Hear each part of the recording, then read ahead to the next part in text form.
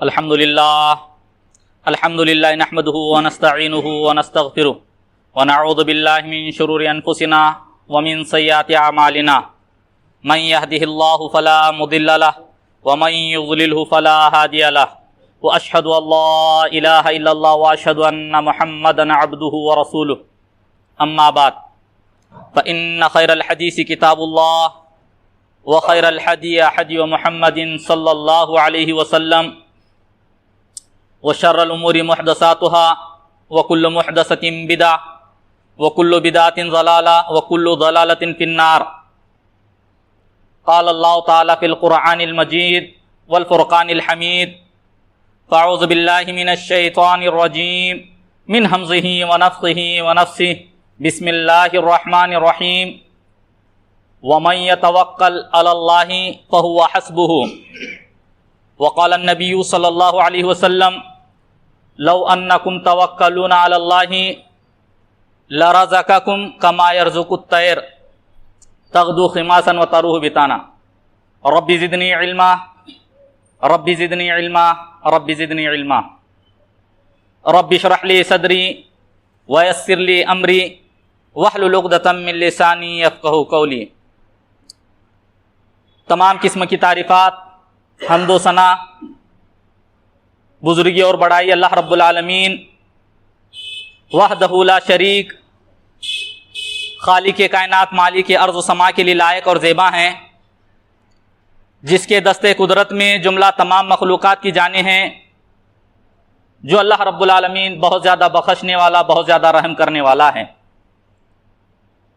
اس کے بعد لاکھوں کروڑوں انگنت بے شمار درود و سلام کا نزول ہو اللہ کے تمام پیغمبروں پر، رسولوں پر، جن لوگوں نے اللہ کے پیغامات کو، تعلیمات کو اپنی اپنی قوموں تک امانت دیانت داری کے ساتھ پہنچایا. بالخصوص ہمارے اور آپ کے آخری نبی، امام الانبیاء، سید البشر، شافع روز محشر، ساقی حوض کوثر، رحمت للعالمین جناب محمد الرسول اللہ صلی اللہ علیہ وسلم پر. حضرات گرامی، آج کے اس دینی اجتماع کے اندر، پروگرام کے اندر جو موضوع میں نے منتخب کیا ہے وہ ہے توکل علی اللہ، یعنی اللہ تبارک و تعالیٰ پر بھروسہ. اللہ پر بھروسہ کرنے کا کیا معنی اور مفہوم ہے، اور جو آدمی اللہ پر بھروسہ کرتا ہے کس طرح اللہ اس کی مدد فرماتا ہے. 25 منٹ کا وقت جو ہے مجھے دیا گیا ہے. انشاءاللہ اس مختصر سے وقت میں قرآن اور صحیح احادیث کی روشنی میں اپنے مضمون کی میں وضاحت کرنے کی کوشش کروں گا. سب سے پہلے میں اللہ سے دعا کرتا ہوں کہ جو بھی باتیں قرآن احادیث صحیحہ کی روشنی میں کہی جائے، اللہ کہنے والے کو کہنے سے زیادہ، سننے والوں کو سننے سے زیادہ قرآن صحیح احادیث سے ثابت شدہ باتوں پر عمل کرنے کی توفیق عطا فرمائے، آمین. محترم سامعین اکرام، ایمان باللہ کے نتیجے میں انسان کے اندر جو اوصاف، جو صفات پیدا ہوتے ہیں، ان میں ایک اہم وصف توکل علی اللہ ہے، یعنی اللہ کی ذات پر بھروسہ کرنا. حضرت موسیٰ علیہ السلام اپنی قوم کو نصیحت کرتے ہوئے فرماتے ہیں: یا قومی ان کنتم آمنتم باللہ فعلیہ توکلوا ان کنتم مسلمین. اے میری قوم، اگر تم واقعی اللہ پر ایمان لے آئے ہو تو اسی اللہ پر تم بھروسہ کرو اگر تم صحیح معنوں میں مسلمان ہو. تو اس آیت میں اللہ پر بھروسے کرنے کو ایمان اور اسلام کی صحت کی دلیل قرار دیا گیا، یعنی آدمی کا ایمان اور اسلام اس وقت تک صحیح نہیں ہو سکتا جب تک کہ وہ اللہ پر صحیح معنوں میں بھروسہ کرنے والا نہ ہو. اسی لیے امام ابن قیم رحمہ اللہ توکل کو نصف ایمان کہا، یعنی آدھا ایمان. تو آئیے آج کے اس اجتماع میں ہم جاننے کی کوشش کریں گے کہ توکل کہتے کسے ہیں. محترم سامعین اکرام، توکل علی اللہ عبادت ہے. جس طرح اللہ کے علاوہ کسی اور کی عبادت کرنا ناجائز و حرام ہے، اسی طرح غیر اللہ پر توکل اور بھروسہ کرنا ناجائز و حرام ہے، خاص طور پر ایسی چیزوں میں جن پر ان کا اختیار نہیں، جو ان کے قبضے میں نہیں۔ مثلا اللہ کے علاوہ کسی سے بھی، پیروں سے، بزرگوں سے، ولیوں سے شفا یابی کی امید رکھنا، یعنی یہ عقیدہ رکھنا کہ فلاں کے در پر جانے سے، فلاں مزار پر جانے سے بابا مجھے یا میری اولاد کو شفا دے سکتے ہیں، میری بگڑی بنا سکتے ہیں، نفع عطا کر سکتے ہیں، نقصان سے بچا سکتے ہیں، اس طرح کا عقیدہ رکھنا یہ شرک ہے۔ محترم سامعین اکرام، توکل علی اللہ کا مطلب یہ ہے کہ آدمی یہ عقیدہ رکھے کہ ہر کام اللہ کے حکم اور مرضی ہی سے ہوتا ہے، رزق اتنا ہی ملتا ہے جتنا اللہ عطا کرنا چاہے، نعمتیں وہی ملتی ہیں جو وہ نوازنا چاہے، وہی اللہ تنہا عزت اور ذلت کا تنہا مالک، جسے اللہ عزت دے ساری دنیا مل کر اسے ذلیل نہیں کر سکتی، اور جسے ذلیل کر دے ساری دنیا مل کر اسے عزت دے نہیں سکتی۔ وہ فائدہ ہمیں ضرور پہنچ کر رہے گا جو اللہ نے ہمارے تقدیر میں لکھ دیا ہے، اس نقصان سے ہمیں کوئی بچا نہیں سکتا جو اللہ تبارک و تعالیٰ نے ہمارے تقدیر میں لکھ دیا ہے۔ یہی بات اللہ تبارک و تعالیٰ قرآن مجید سورہ توبہ میں ارشاد فرماتا ہے، قُل لَن يُصِيبَنَا إِلَّا مَا كَتَبَ اللَّهُ لَنَا هُوَ مَوْلَانَا وَعَلَى اللَّهِ فَلْيَتَوَكَّلِ الْمُتَوَكِّلُونَ۔ اے نبی آپ کہہ دیجئے کہ وہ چیز ہم تک ضرور پہنچ کر رہیں گی جو اللہ نے ہماری تقدیر میں، ہماری قسمت میں لکھ دیا ہے، وہی ہمارا آقا ہے، اور مومنوں کو چاہیے کہ اللہ ہی پر بھروسہ کرے۔ یہاں پر ذرا رک کر توکل کا معنی اور مفہوم سمجھ لیں۔ توکل کے معنی یہ بھی نہیں کہ آدمی اللہ ہی پر بھروسہ کر کے گھر میں بیٹھ جائے کہ اللہ رزاق ہے، وہ ہم کو ضرور کھلائیں گا۔ بعض لوگ ہوتے ہیں محنت نہیں کرتے، بہانہ دلیل کیا دیتے ہیں؟ اللہ رزاق ہے، گھر بیٹھے رزق عطا کریں گا۔ یہ تصور غلط ہے میرے بھائیوں، بزرگوں، دوستوں۔ توکل کا معنی اور مطلب یہ ہے کہ پوری کوشش اور محنت کرنے کے بعد اب معاملہ اللہ کے سپرد کیا جائے کہ اللہ تبارک و تعالیٰ چاہیں گا تو اس میں ہمیں کامیابی ملے گی۔ بیمار ہو علاج کرائیں، اس کے بعد اللہ سے یہ امید رکھیں کہ اللہ نے اگر اس دوا میں شفا رکھی تو ہمیں شفا مل جائیں گی۔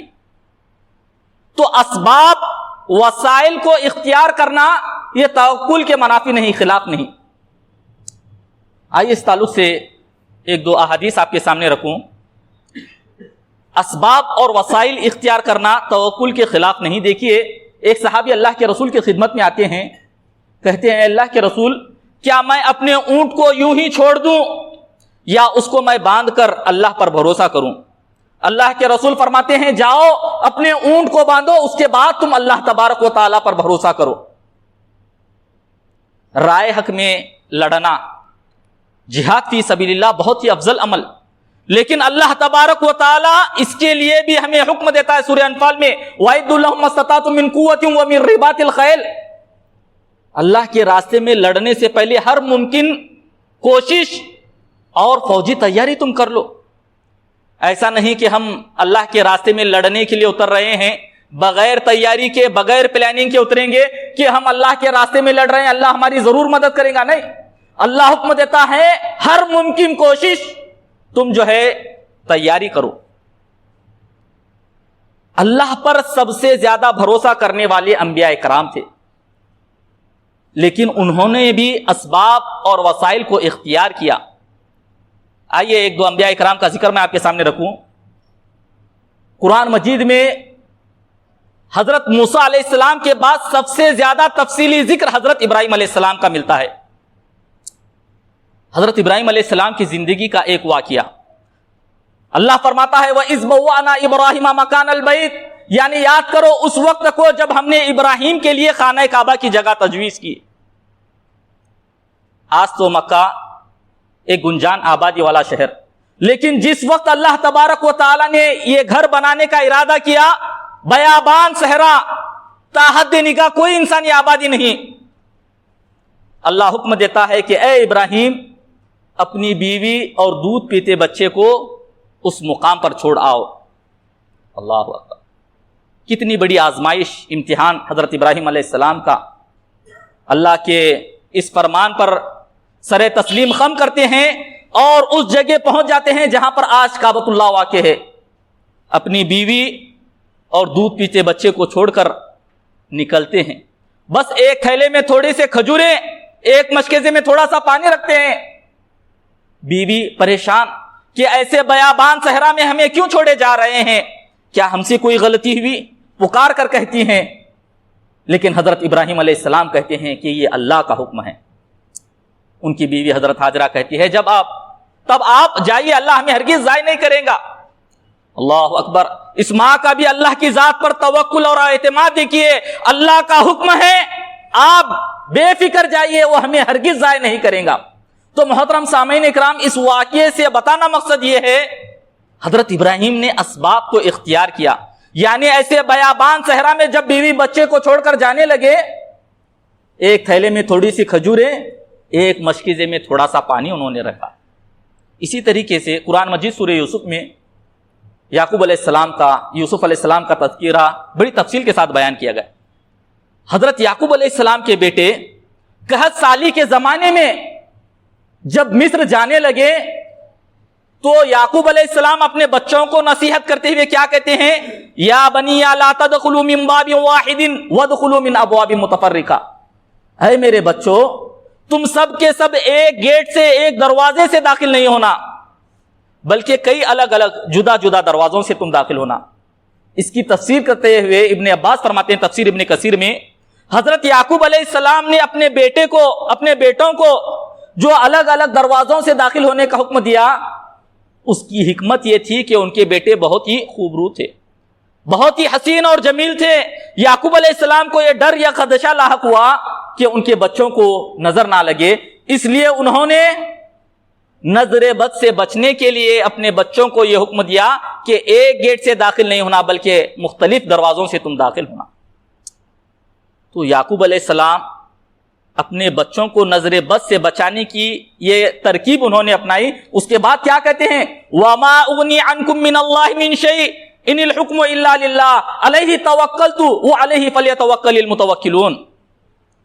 یعقوب علیہ السلام کہتے ہیں اے میرے بچوں، اللہ کی طرف سے کسی مقدر حکم کو، فیصلے کو میں تم سے ٹال نہیں سکتا۔ اللہ نے جو چیز تقدیر میں لکھ دی ہے وہ ہو کر رہیں گی۔ ہر فیصلہ اور حکم اللہ کے اختیار میں ہے اور بھروسہ کرنے والوں کو اللہ ہی پر بھروسہ کرنا چاہیے۔ تو اس واقعے سے بتلانا، استدلال کرنا مقصود یہ ہے، نظر بد سے بچنے کے لیے یہ طریقہ یعقوب علیہ السلام نے اپنایا۔ تو اسباب، وسائل اور ذرائع اختیار کرنا یہ توکل کے خلاف نہیں۔ تو محترم سامعین اکرام، توکل علی اللہ یہ وہ صفت ہے جو مومن کے اندر مصائب اور مشکلات سے لڑنے کا حوصلہ اور جذبہ پیدا کرتی ہے۔ اٹھائیے ابراہیم علیہ السلام کا واقعہ، جب حضرت ابراہیم علیہ السلام کو آگ میں ڈالا جا رہا ہے، پوری قوم آپ کی دشمن، اس وقت حضرت ابراہیم علیہ السلام کے زبان پر یہی الفاظ، حسبنا اللہ ونعم الوکیل، ہمارے لیے اللہ کافی ہے اور وہ بہترین کارساز ہے۔ اللہ نے بھی ڈائریکٹ آگ کو حکم دیا، اللہ کے حکم پر آگ ٹھنڈی ہو جاتی ہے۔ یا نار کونی بردا وسلاما علی ابراہیم، اے آگ تو ٹھنڈی اور سلامتی والی ہو جا ابراہیم پر۔ محترم سامعین اکرام، جب ہم تاریخ کا مطالعہ کرتے ہیں، اٹھائیے غزوہ احد کا موقع، مسلمانوں کو سخت نقصان سے دوچار ہونا پڑا۔ 70 صحابہ اس غزوے میں شہید کر دیے گئے، اتنے ہی صحابہ زخمی، خود رسول اللہ صلی اللہ علیہ وسلم کو سخت چوٹیں آئیں۔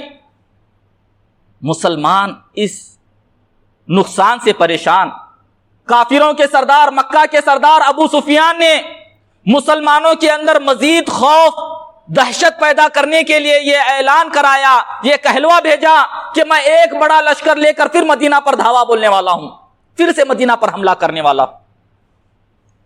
لیکن ابو سفیان کے اس کہنے پر مسلمانوں کے اندر ڈر اور خوف پیدا نہیں ہوا، بلکہ ان کے ایمان کے اندر، ان کے توکل کے اندر مزید اضافہ ہوا، جس کا ذکر اللہ تبارک و تعالیٰ قرآن مجید سورہ آل عمران میں فرماتا ہے، الذین قال لهم الناس ان الناس قد جمعوا لكم فاخشوهم فزادهم ایمانا وقالوا حسبنا اللہ ونعم الوکیل۔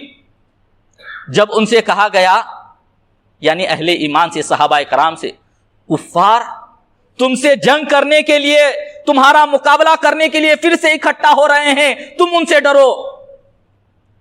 صحابہ کرام نے کیا کہا؟ حسبنا اللہ ونعم الوکیل، اللہ ہمارے لیے کافی ہے اور وہ سب سے بہترین کارساز ہے۔ غزوہ احزاب، اس کا تذکرہ اللہ نے سورہ احزاب کے نام سے ایک مستقل ایک سورت ہی نازل فرمائی۔ مدینہ کے مٹھی بھر مسلمانوں کو صفحہ ہستی سے مٹانے کے لیے سارے عرب کی طاقتیں اکٹھا ہوتی ہیں اور مدینہ پر حملہ کرتی ہیں۔ اس وقت مسلمانوں کی کیا کیفیت تھی؟ اللہ تبارک و تعالیٰ قرآن مجید سورہ احزاب کے اندر ارشاد فرماتا ہے، آیت نمبر 9 اور 10 کے اندر، اذ جاءکم من فوقکم ومن اسفل منکم وَإِذْ زَاغَتِ الْأَبْصَارُ وَبَلَغَتِ الْقُلُوبُ الْحَنَاجِرَ وَتَظَنُّوا بِاللَّهِ الظُّنُونَ هُنَالِكَ ابْتُلِيَ الْمُؤْمِنُونَ وَزُلْزِلُوا زِلْزَالًا شَدِيدًا۔ جب دشمن تمہارے اوپر سے، تمہارے نیچے سے چڑھ آئے، جب تمہاری آنکھیں پترا گئی، تمہارے کلیجے تمہارے گلے تک آ گئے، اور تم اللہ کے تعلق سے طرح طرح کے گمان کرنے لگے۔ اس موقع پر مسلمان بڑی سختی کے ساتھ آزمائے گئے اور بڑی شدت کے ساتھ جھنجھوڑ دیے گئے۔ محترم سامعین کرام، اس وقت مسلمانوں کی کیا کیفیت تھی؟ اٹھائیے قرآن مجید سورہ احزاب، اور آپ پڑھے لکھے لوگ ہیں، سن کر حیران رہ جائیں گے۔ آج ہر ملک کے پاس لاکھوں کی تعداد میں فوج، ملٹری موجود، اور اس واقعے کو گزرے 1450 برس سے طویل عرصہ گزر چکا ہے، لیکن دنیا کی تاریخ میں آج تک اتنی چھوٹی بستی پر کبھی اتنے بڑے لشکر نے حملہ نہیں کیا۔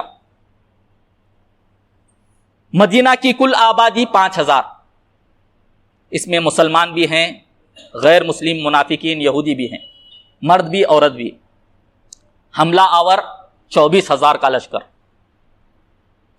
اللہ کے رسول جناب محمد الرسول اللہ صلی اللہ علیہ وسلم نے ان منافقین سے، جن سے کہ آپ کا معاہدہ ہوا تھا، جنگ کے لیے نکلنے کے لیے کہا۔ منافقین سے معاہدہ ہوا تھا، یعنی ایگریمنٹ ہوا تھا کہ اگر باہر کا کوئی دشمن تم پر حملہ کرتا ہے، ملک کی دفاع کے لیے ہم تمہارے ساتھ نکلیں گے۔ اگر باہر کا کوئی دشمن ہم پر حملہ کرتا ہے، تم کو بھی ملک کی دفاع کے لیے ہمارے ساتھ نکلنا ہوگا۔ تو اللہ کے رسول نے یہودیوں کو نکلنے کا حکم دیا، آپ کے ساتھ یہودی بھی نکلے، منافقین بھی نکلے۔ مدینہ کے گیٹ پر پہنچتے ہیں، تعداد کو گنا جاتا ہے 3000۔ اس میں بڑے بھی ہیں، بوڑھے بھی ہیں، جوان بھی ہیں، منافقین بھی ہیں، یہودی بھی ہیں، اور مسلمان بے سر و سامانی کا شکار۔ یہودیوں نے جب سنا، منافقین نے بھی جب سنا، سامنے جو لشکر ہے 24,000، یہودی منافقین کھسکنے لگے کہ ہم ان مسلمانوں کا ساتھ نہیں دے سکتے۔ آج محمد صلی اللہ علیہ وسلم کو دنیا کی کوئی طاقت ان مشرکین سے بچا نہیں سکتی۔ اللہ، روایت میں آیا ہے، بعض روایت میں 1200 اور بعض روایت میں آیا 1300 منافقین وہاں سے ہٹ گئے، واپس ہو گئے۔ 1700 کی تعداد صحابہ کرام کی، حملہ آور 24,000۔ اللہ کے رسول اپنے جانثار صحابہ کرام کی طرف نظر رحمت سے دیکھتے ہیں، تمام صحابہ سے کہتے ہیں کہ ساتھیوں بیٹھ جاؤ۔ تمام صحابہ کرام بیٹھ جاتے ہیں۔ اللہ کے رسول کہتے ہیں، ساتھیوں تم میں سے اگر کوئی واپس اپنے گھر جانا چاہتا ہے، میری طرف سے اجازت ہے، میری طرف سے پرمیشن ہے، وہ اپنے گھر کو جا سکتا ہے۔ کوئی صحابی اٹھ کر کہتے ہیں، اللہ کے رسول اگر ہم واپس گئے، پلٹ گئے تو آپ کیا کریں گے؟ اللہ اکبر۔ اللہ کے رسول کہتے ہیں کہ دنیا دیکھیں گی، تاریخ یہ دیکھیں گی کہ محمد صلی اللہ علیہ وسلم ان دشمنوں سے تنہا لڑیں گا۔ کیا تم یہ سمجھتے ہو, کیا تم یہ خیال کرتے ہو, کیا تم یہ تصور کرتے ہو کہ میں پیٹ پھیر کر بھاگ جاؤں گا؟ نہیں, بلکہ محمد صلی اللہ علیہ وسلم تنہا ان دشمنوں سے مقابلہ کریں گا. حضرت سعد بن ابی وقاص اٹھ کر کھڑے ہو جاتے ہیں, کہتے ہیں اے نبی جناب محمد الرسول اللہ صلی اللہ علیہ وسلم, ہم قوم موسیٰ نہیں ہیں جو آپ سے کہیں اذهب انت وربک فقاتلا انا ہاہنا قاعدون, آپ جائے, آپ کا رب جا کر کے دشمنوں سے لڑائی کرے, ہم یہاں بیٹھ کر کے دیکھیں گے. ہم قوم موسیٰ نہیں ہیں, بلکہ ہم تو وہ قوم ہیں, ہم تو وہ لوگ ہیں. اگر آپ پہاڑ کی چوٹی سے کودنے کا حکم دے, ہم پہاڑ کی چوٹی سے کود جائیں گے. آپ سے یہ نہیں کہیں گے کہ آپ نے ہمیں حکم یہ کیوں دیا. آپ سمندر کا سینہ چاک کرنے کا حکم دیں, سمندر کا سینہ ہم چاک کر دیں گے. ہم یہ نہیں کہیں گے کہ آپ نے یہ کیوں حکم دیا. اللہ کے رسول مسکراتے ہیں, آپ کا چہرہ چمک اٹھتا ہے. صحابہ اکرام سے کہتے ہیں ساتھیو اٹھو, دشمن اپنی طاقت, اپنی فوج پر, اپنے ہتھیار پر بھروسہ کر کے آیا ہے, اور محمد صلی اللہ علیہ وسلم اللہ کی ذات پر بھروسہ کر کے آیا ہے. وہ مومنوں کا مددگار ہے. لمبا واقعہ ہے, آخر میں اللہ تبارک و تعالیٰ تیز و تند آندھی بھیج دیتا ہے اور تمام کفار اور مشرکین تتر بتر ہو جاتے ہیں. تو محترم سامعین کرام, بتانا مقصد یہ ہے کہ مومن کے اندر جب یہ توکل کی صفت آ جاتی ہے, وہ اللہ پر بھروسہ کرتا ہے اور اللہ تبارک و تعالیٰ اس کی مدد کرتا ہے. وقت چونکہ مختصر ہے, ایک دو باتیں بیان کر کے میں اپنی بات کو ختم کروں گا. آج کے اس پروگرام میں یہ آیت قرآن مجید سورہ آل عمران آیت نمبر 160 لے کر کے اٹھے جی, کہ کس طرح اس آیت کے اندر اللہ تبارک و تعالیٰ نے اہل ایمان سے کہا ہے ان ینصرکم اللہ فلا غالب لکم وان یخذلکم فمن ذا الذی ینصرکم من بعدہ وعلی اللہ فلیتوکل المتوکلون. اللہ فرماتا ہے کہ اگر اللہ تمہاری مدد کرے کوئی تمہیں شکست دے نہیں سکتا, اگر اللہ تمہارا ساتھ چھوڑ دے تو کوئی تمہاری مدد کر نہیں سکتا. اس لیے اے مومنو تم اللہ ہی پر بھروسہ کرو. ظاہر سی بات ہے, جس کا ساتھ اللہ دے, دنیا کی کوئی طاقت, کوئی فوج اس کو شکست دے نہیں سکتی, اسے ہرا نہیں سکتی. دلیل کے طور پر دو واقعات بیان کر کے اپنی بات کو میں ختم کروں گا. اٹھائیے قرآن مجید سورۃ الشورى, موسیٰ علیہ السلام کا واقعہ. قرآن مجید میں سب سے تفصیلی ذکر موسیٰ علیہ السلام کا آتا ہے. کس طرح فرعون نے ان کی قوم پر ظلم اور زیادتی کی, کس طرح ان کے بچوں کو قتل کیا, تفصیلی واقعہ ہے. اختصار کے ساتھ موسیٰ علیہ السلام اپنی قوم کو فرعون کے ظلم و ستم سے تنگ آ کر اللہ کے حکم سے لے کر کے راتوں رات نکلتے ہیں. فرعون کو بھی معلوم ہوتا ہے کہ موسیٰ بنی اسرائیل کو لے جا رہے ہیں, ان کا تعاقب کرتا ہے پورا اللہ و لشکر لے کر کے. اللہ کا کرنا ایسا ہوتا ہے, موسیٰ علیہ السلام جب صبح کرتے ہیں کیا دیکھتے ہیں کہ سامنے ٹھاٹے مارتا ہوا سمندر اور پیچھے تعاقب کرتا ہوا فرعون کا لشکر. موسیٰ علیہ السلام اور ان کے ساتھی بے سر و سامانی کا شکار, لڑنے کے لیے ہتھیار نہیں, اب سامنے بھاگ بھی نہیں سکتے, سامنے سمندر ہے, پیچھے فرعون کا لشکر. موسیٰ علیہ السلام کی قوم پریشان ہو جاتی ہے, کہتی ہے, کیا کہتی ہے؟ قرآن کے الفاظ, قالوا اصحاب موسیٰ انا لمدرکون. موسیٰ علیہ السلام کے ساتھیوں نے کہا اے موسیٰ ہم تو پکڑ لیے گئے, ہم تو گرفتار کر لیے گئے, اب فرعون سے ہم کو کون بچائے گا؟ اللہ اکبر. ایسی حالت میں ایک پیغمبر کا جواب دیکھو, پیغمبر کیا کہتے ہیں؟ قرآن نے ان کے الفاظ کو نقل فرمایا, کلا انا معی ربی سیہدین, ہرگز نہیں, میرا رب, میرا اللہ میرے ساتھ ہے, وہ ضرور اس مصیبت سے ہم کو نجات دیں گا. موسیٰ علیہ السلام کا یہ توکل تھا. اللہ تبارک و تعالیٰ نے سمندر میں انہیں لاٹھی مارنے کا حکم دیا, سمندر میں ان کے لیے راستے پیدا کیے. اللہ, آج ہمارا توکل اللہ کی ذات پر نہیں. اگر کچھ ہو جاتا ہے ہم باباؤں پر اور کالے دھاگوں پر, لیمبو پر, مرچی پر ہم توکل کرتے ہیں. ہمارا اعتماد یہ ہوتا ہے کہ یہ چیز ہم کو بلاؤں سے, نظر بد سے, بیماریوں سے بچانے والی ہوں گی. محترم سامعین کرام, اس درس کا خلاصہ یہ ہے کہ ہم صحیح معنوں میں اللہ پر بھروسہ کرنے والے بنے. وقت چونکہ ہو رہا ہے, نبی کی زندگی کا ایک واقعہ ہجرت کا. جناب محمد رسول اللہ صلی اللہ علیہ وسلم مکہ میں 13 سال رہے. کفار و مشرکین نے آپ کا جینا دوبر کر دیا، آپ کا اور آپ کے ساتھیوں کا. اللہ کے رسول اللہ کے حکم سے ہجرت کرتے ہیں. مدینہ کی جانب جب روانہ ہوتے ہیں غار ثور میں پناہ لیتے ہیں. ابو جہل جب اس کو معلوم ہو جاتا ہے کہ اللہ کے رسول اور ابو بکر صدیق مکہ چھوڑ کر کے جا رہے ہیں، ابو جہل یہ اعلان کرتا ہے کہ جو کوئی محمد صلی اللہ علیہ وسلم اور ابو بکر ان دونوں کو زندہ یا مردہ لائیں گا 100 اونٹ اسے انعام میں دیے جائیں گے. کفار و مشرکین آپ کے تعاقب میں نکل جاتے ہیں. یہاں تک کہ سیرت میں آیا ہے آپ کو ڈھونڈتے ہوئے غار ثور کے دہانے تک، اس غار کے دروازے تک پہنچ جاتے ہیں.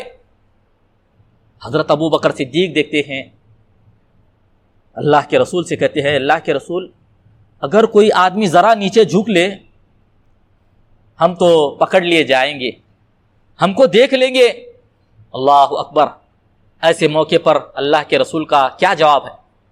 قرآن مجید میں اللہ تبارک و تعالیٰ فرماتا ہے لا تحزن ان اللہ معنا، اے ابو بکر گھبراؤ نہیں، بے شک اللہ ہمارے ساتھ ہے. اور دیکھو یہاں پر اللہ نے، اللہ کے رسول جناب محمد الرسول اللہ صلی اللہ علیہ وسلم نے عقیدے کی بات سکھائی. حضرت ابو بکر سے یہ نہیں کہا کہ اے ابو بکر گھبراؤ نہیں، امام الانبیاء تمہارے ساتھ ہے، یہ نہیں کہا، بلکہ کیا کہا لا تحزن ان اللہ معنا، ابو بکر گھبراؤ نہیں، اللہ ہمارے ساتھ ہے. اور بخاری شریف کی حدیث کے مطابق اے ابو بکر تمہارا ان 2 شخصوں کے بارے میں کیا گمان ہے جس کا تیسرا اللہ ہو، یعنی کیا وہ بے یار و مددگار چھوڑ دیے جائیں گے؟ ہرگز نہیں، اللہ ہمارے ساتھ ہے، اللہ ہماری مدد کرے گا. محترم سامعین اکرام، آئیے توکل کا سب سے بڑا فائدہ، اللہ پر بھروسہ کرنے کا سب سے بڑا فائدہ یہ ہے کہ جو آدمی صحیح معنوں میں اللہ پر بھروسہ کرتا ہے، جو شروع میں نے آیت پڑھی آپ کے سامنے قرآن مجید سورہ طلاق کی آیت نمبر 3، اللہ فرماتا ہے وَمَن يَتَوَكَّلْ عَلَى اللَّهِ فَهُوَ حَسْبُهُ، جو اللہ پر توکل کرتا ہے، اللہ پر بھروسہ، اعتماد، یقین کرتا ہے، اللہ اس کی حفاظت کے لیے، اس کی ضرورت پوری کرنے کے لیے کافی ہے. تو حالات کیسے بھی آئیں ہمیں صحیح معنوں میں اللہ پر بھروسہ، اعتماد، اس کی مدد پر ہمیں اعتماد ہونا چاہیے کہ اس مشکل سے، اس بیماری سے نکالنے والی ذات صرف اور صرف اللہ تبارک و تعالیٰ کی ذات. حالات کیسے بھی آئیں، دشمن کتنے بھی ہم سے قریب ہو. صحیح مسلم شریف کی حدیث، اللہ کے رسول ایک مرتبہ ایک غزوے سے واپس آ رہے تھے. صحابہ اکرام، دوپہر کا وقت، سخت دھوپ کا وقت تھا، آرام کرنے کے لیے ادھر ادھر درختوں کی تلاش میں منتشر ہو گئے. اللہ کے رسول ایک درخت کے سائے کے نیچے لیٹتے ہیں، اپنی تلوار بھی درخت پر لٹکا دیتے ہیں. آپ کو نیند لگتی ہے، آنکھ لگ جاتی ہے، ایک کافر آپ کی تلوار میان سے نکالتا ہے اور آپ کے گردن پر رکھتا ہے. دیکھیے کتنی قریب موت، صرف دباؤ کا فاصلہ باقی، گردن پر رکھی ہوئی تلوار. اللہ کے رسول کی آنکھ کھل جاتی ہے. دشمن خوش کہ آج محمد صلی اللہ علیہ وسلم کو کوئی بچانے والا نہیں.